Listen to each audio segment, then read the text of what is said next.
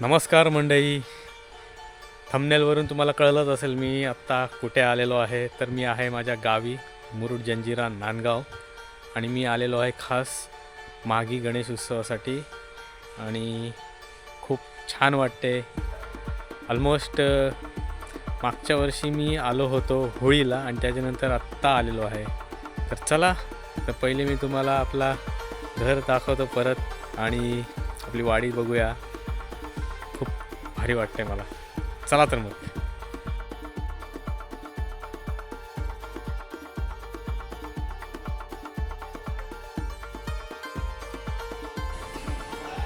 हे बघा, आत्ता मी माझ्या घराच्या समोर आहे आणि त्या टायमाला आलो तेव्हा रोडचं काम चालू होतं मस्तपैकी. आता सिमेंटचा रोड केलेला आहे. हे बघा, हे आपलं गेट वगैरे कलर काम वगैरे सर्व झालेलं आहे मस्तपैकी. उत्सवानिमित्त आमच्या समोर जो बंगला आहे त्याच्यामध्ये तुम्हाला दाखवतो मी. इकडे काकांकडे हा गणपती बसणार आहे या साईडला आणि मग तुम्हाला मी संध्याकाळी आपल्या सिद्धिविनायक मंदिराचा व्ह्यू दाखवतो जिथे आपली यात्रा भरते. तर हे बघा, हे माझे 2 पाळीव कुत्रे आहेत. ही फिमेल आहे आणि हा मेल आहे. ए, अंगावर उड्या मारतोयस. चला, आता मी तुम्हाला दाखवतो आमच्या वाडीतले काही दृश्य. चला, हे बघा, हे माझ्या दोघं सोबत येते. ए ये, चल ये. हा बघा, आला धावत. बघा. तर हे बघा मंडळी, मस्त एकदम पावसाळ्यानंतर पप्पा येऊन गेले आणि सर्व साफसफाई केली होती इकडे आणि थोडे ते झाडांना पाणी वगैरे पण दिलेलं आहे. बघा, नारळ सुपारीची बागायत आहे आपली. हे बघा, इकडच्या साईडला तर पाणी वगैरे दिलेलं आहे. ही आपली इथे मशीन आहे, मोटार आहे आतमध्ये, लॉक आहे सध्या. इथनं आपलं पाणी येतं. हे बघा, आणि हा आपला पाणी जाण्याचा मार्ग ज्याला आम्ही दांडा बोलतो ते केलेलं आहे. आणि जुनंवालं पहिले त्या बाजूला होतं, तिकडे मशीनचं हे होतं, पाईप होता त्या साईडनी. हे बघा, ही विहीर आहे. इथे मी लहानपणी ना खूप मजा करायचो, कारण का तिथे पहिलं पाईप होतं आणि म्हणजे तिथे पाणी पडायचं. सेम असंच होतं, पाणी यायचं पाईप वगैरे, आणि तिथं आम्ही बसायचो. खूप म्हणजे समुद्रावरनं पोहून वगैरे आलो ना की मस्तपैकी ते आंघोळ वगैरे करायचो. त्या काळात आजोबा, म्हणजे खूप वर्षापूर्वीची गोष्ट सांगते मी, 20-1 वर्षापूर्वीची, आजोबा शिपणा वगैरे करायचे मस्तपैकी. आणि आम्ही येऊन तिथे, मी आणि माझा भाऊ शुभम, तिथे मजा करायचो, शिपणा करायचो. शिपणा म्हणजे काय, बागेला पाणी देणं असतं. तुमच्याकडे बागेला पाणी द्यायला आमच्याकडे जसं शिपणा हा शब्द वापरतं, तसं तुमच्याकडे कोणता शब्द वापरता हे मला कमेंट करून सांगा. चला तर मग आता मी तुम्हाला पुढे दाखवतो आपल्या वाडीमध्ये. सो हे बघा, तर मी इथनं जातो आहे. तच वाडी साफसफाई करून झालेली आहे आणि हे बघा,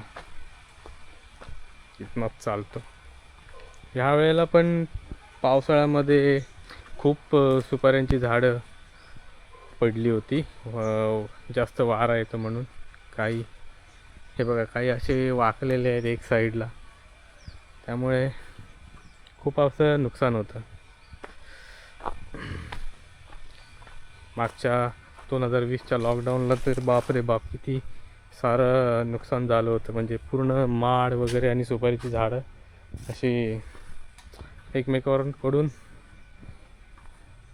मरून गेली सगळी. हे बघा, हा जो होता तो आपला, हे बघा, हा बघा, हा काय करतो. ए, कुठे चालला, ये इकडे. गेला. तुम्हाला मी बोललो होतो ना की हा होता जुना दांडा, तो पाणी यायचा मार्ग होता आपला तिकडनं. बट आता या साईडला मशीन हे केल्यानंतर तर हे इथे केळीची झाडं आहेत. हा, गावी आल्यावर खूप भारी वाटतं. ते पण आपलं गाव कोकणात आहे. हे तर खूप भारी आहे अजून. म्हणजे जो फील आहे ना, मी आता तुम्हाला काय सांगू, मी जेव्हा विचार करत होतो घरना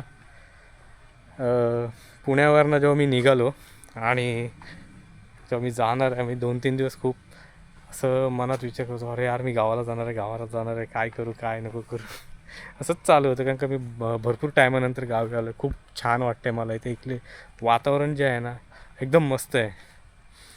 हे बघा, गारवा आहे, पूर्ण गारवा. थोड्या वेळानी म्हणजे एक 2 तासांनी संध्याकाळी मी गणपती बाप्पाच्या दर्शनाला जाणार आहे. तर मी तुम्हाला तिकडे दाखवतो की मागी गणेशोत्सवाची तयारी काय काय होणार आहे, ते मी तुम्हाला थोडक्यात तिकडे गेल्यावर सांगेन नक्कीच. चला तर मग आता इथनं चालत चालत आपण घरी जाऊया परत. हे बघा,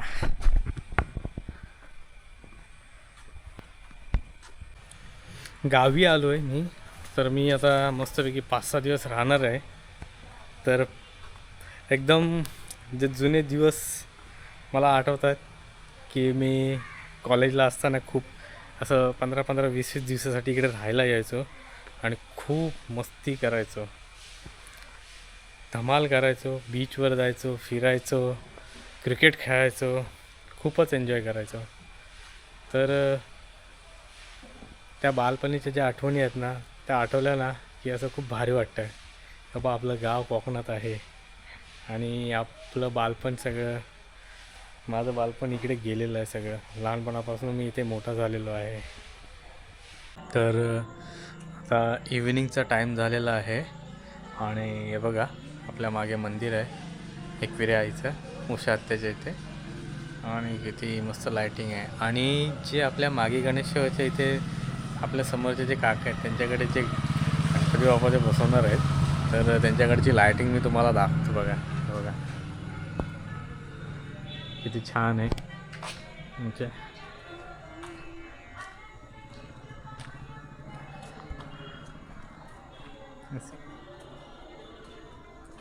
हे बघा,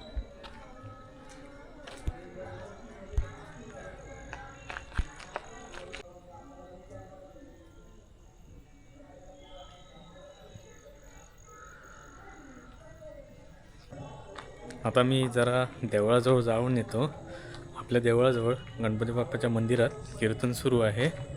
तर आपण जाऊन बघूया. आणि मेन गोष्ट गणपतीची लायटिंग काय काय केले ते पण मी तुम्हाला दाखवतो. चला. हे बघा, आलेलो आहे. थोडासा आता काळोख आहे, काळोखातनं चाललो आहे मी, पण तुम्हाला मी कॅमेरा फिरून दाखवतो आहे. बघा हे बघा किती छान अशी लायटिंग केलेली आहे आणि अजून काम चालू आहे. तर इथे आपली यात्रा असते, खूप गर्दी असते.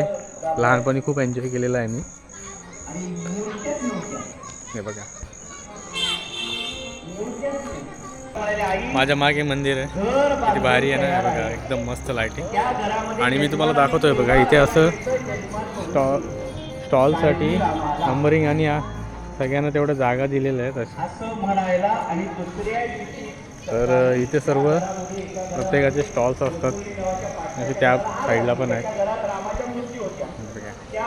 पूर्ण हे भरलेलं असतं इथं असं पूर्ण बाहेर.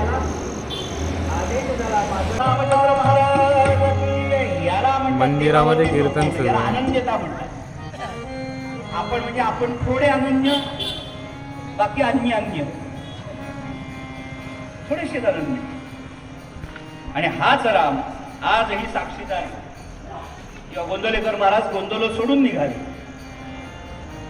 तेव्हा महाराज निघाले म्हटल्यावरती मला म्हणण्याचा मुद्दा फक्त एवढाच वेळ मिळतो. श्रोता भक्ता ज्ञानासी अंजना. आपण कोणतरी मोठं झाल्यावरती आपण सगळ्यांना करून एका लागतो. आपल्या मंदिराची सजावट एकदम भारी केलेली आहे. आणि आता 22 तारखेला आपला मागी गणेशोत्सव आहे. तर खूप छान वाटतं आहे आल्यावर. एकदम म्हणजे असं जगमग लायटिंग एकदम भारी आहे. छोटासाच व्हिडिओ बनवला, कसा वाटला कमेंट करून मला नक्की सांगा. आणि आता इथे मी 5 दिवस राहणार आहे. तुम्हाला या व्हिडिओमध्ये सांगतो की माझ्या ज्या गावातल्या ज्या लहानपणीच्या आठवणी आहेत ना, त्या मी छोट्या छोट्या पार्ट्समध्ये तुम्हाला आपल्या या व्हिडिओच्या माध्यमातून दाखवायचा प्रयत्न करेन. आवडल्यास नक्की सांगा मला. चला तर मग भेटूया आपल्या पुढच्या ब्लॉगमध्ये. Bye bye.